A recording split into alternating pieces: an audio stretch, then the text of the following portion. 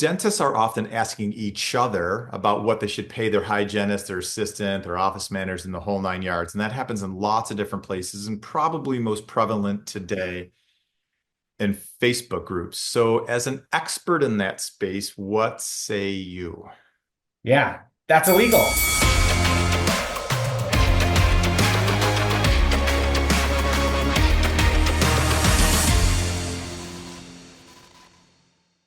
Hey, everybody. Welcome back to another episode of Gloves Off. My name is David Rice. I'm your chief editor here at DentistryIQ. And today I'm with a pretty new friend of mine, but an important friend of mine. Hi, everyone. I'm Garrett Wilson. I'm the CEO and founder of Pay Insights. Okay, Garrett. So listen, let's just jump right to it. Pay Insights delivers like real information to dentists, and we'll get into the details of that. But I want to ask you a question that I find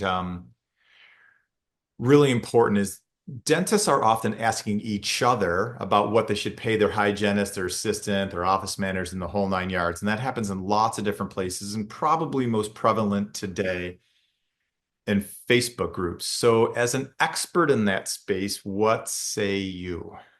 Yeah, that's illegal, right? And I don't blame the messenger, right? The reason why that is illegal is because there's a thing called the Sherman Antitrust Act, where the government and the legal entities don't want employers to do price fixing or suppress wages for employees. They want the free market to figure out wages themselves. Okay. So, Facebook group moderators, pay attention because that's what it's going to come back to, right? In reality, if someone puts the hammer down on social media, they're probably going to go to the people who run that group, or are they going to go after like every person who's a part of that conversation?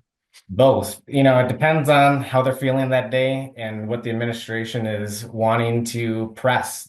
I've seen cases where there's been six-figure fines for just one conversation, right? So the consequences can be real.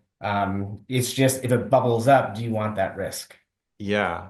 Well, and my take on that is, all right, are they really paying attention? Maybe they are, maybe they aren't. But I think more importantly, what I see happening out there in dentistry at large, whether it's in a Facebook group or just a conversation at a cocktail party, that sometimes I don't think people are getting like the right information or the best information. I don't know what you see.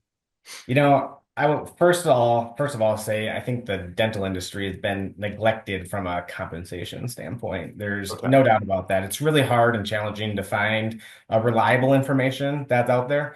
There's some that is free that could be available to you. But most important, when you are trying to get good compensation data, you want it to be calibrated. So just asking your peer what they're paying for an office manager or a dental hygienist might not be a good apples to apples comparison. Plus, you always want to factor in things like location, scope of responsibilities, years of experience, and those sorts of things. Okay, I like that. So can you like dive a little deeper into the whole calibration thing? Because you're right. The general conversation is, oh, I need XYZ person on my team. You have that person, you just hired them. What do I do? Exactly. So, I think it's really important to think of compensation data into like three different buckets, and it's kind of like how it's sourced.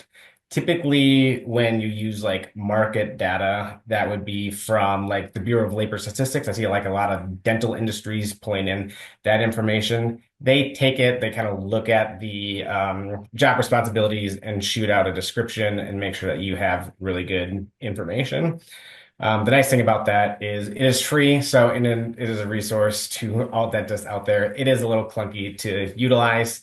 You also have like employee source data through like Dental Post, where they're getting information specifically from individuals. So they're trying to give you a good understanding of the job market.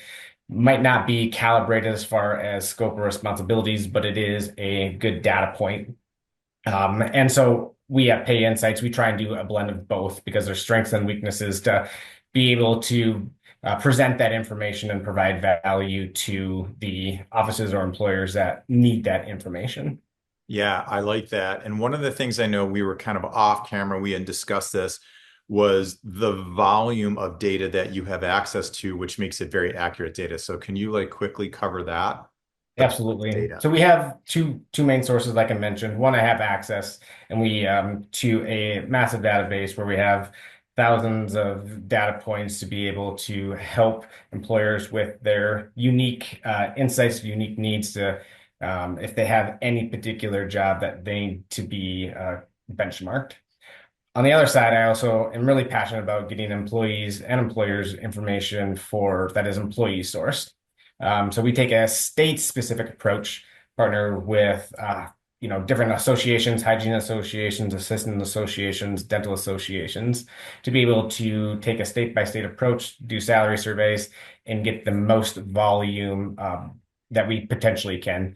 Usually our surveys have about like a 20% response rate, which is massive for this particular industry. That's awesome. All right, friends. Listen, this has been great, Garrett. Appreciate you being here. Think if you're a dentist or an office manager and this is your wheelhouse, like information over affirmation and make the best choices for you. Garrett, how do people get a hold of you? Find me on payinsights.com as our website. You can, we're on all of the social medias through LinkedIn, Facebook, and Instagram. Awesome. Thanks for being here. Thank you so much.